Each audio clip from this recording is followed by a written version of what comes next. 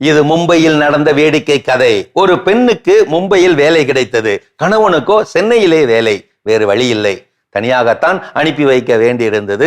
அவளை அவ்வளவு work pressure அனுப்பி வைத்தான். அவளும் மும்பைக்கு தனியாகவே போய்விட்டால், போய் வேலையிலும் சேர்ந்து விட்டால். நல்ல கம்பெனி, தங்குவதற்கு வீடும், வீட்டுக்கே வந்து அழைத்து செல்ல வாகனமும் ஏற்பாடு செய்திருந்தார்கள்.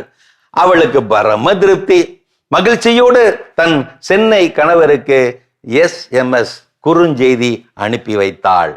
ஆனால் அதுவோ தவறுதலாக வேறொருவருக்கு.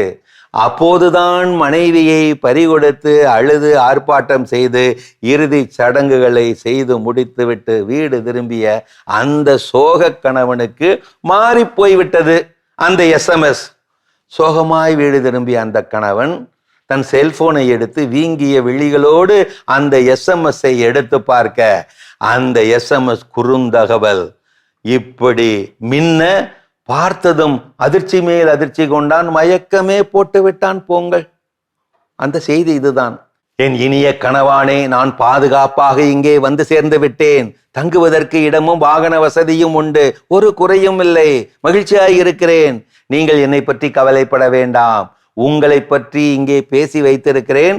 வெகு விரைவில் உங்களையும் அழைத்துக் கொள்கிறேன். இப்படிக்கு உங்கள் இனிய மனைவி இனியா. செல்ல தூக்கி போட்டுட்டு பேரஞ்சது மாதிரி உட்கார்ந்துட்டானா அந்த இனியாவோட இனிய புருஷன். தகவல் பரிமாற்றம் சில சமயங்களில் தாறுமாறாயும் தடம் மாறி பரிமாறும். அவரவருக்கு நிகழாதவரை நிகழ்வது எல்லாம் வெறும் தகவல் தான். பேருந்தின் கடைசி சீட்டும் வாழ்க்கையில் வரும் செய்திகளும் ஒன்றுதான். இரண்டும் திடீரென தூக்கி வாரி போடும். கணவன் மனைவிக்குள் காயங்கள் உருவாக கத்திகள் தேவையில்லை. புரிதலற்ற சில வார்த்தைகளே போதும். வலிக்க நின்று கொல்ல. கண்ட இடங்களில் கொட்டக்கூடாது. குப்பைகளை மட்டுமல்ல, நமது வீட்டு பிரச்சனைகளையும் தான். கணவன் மனைவி நீயா நானா என வாழ்க்கை நடத்துவதை விட நீயும் நானும் என்று வாழ்க்கை நடத்தினால் இல்லறம் இனிக்கும். மனைவி கணவனை திட்டுவது குளத்தில் கல் எறிவது போல, கணவன் மனைவியை திட்டுவது தேன்கூட்டில் கல் எறிவது போல.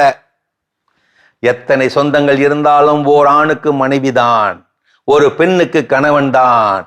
இவர்களுக்கு வேறெங்கும் கிளைகள் இருக்கக்கூடாது.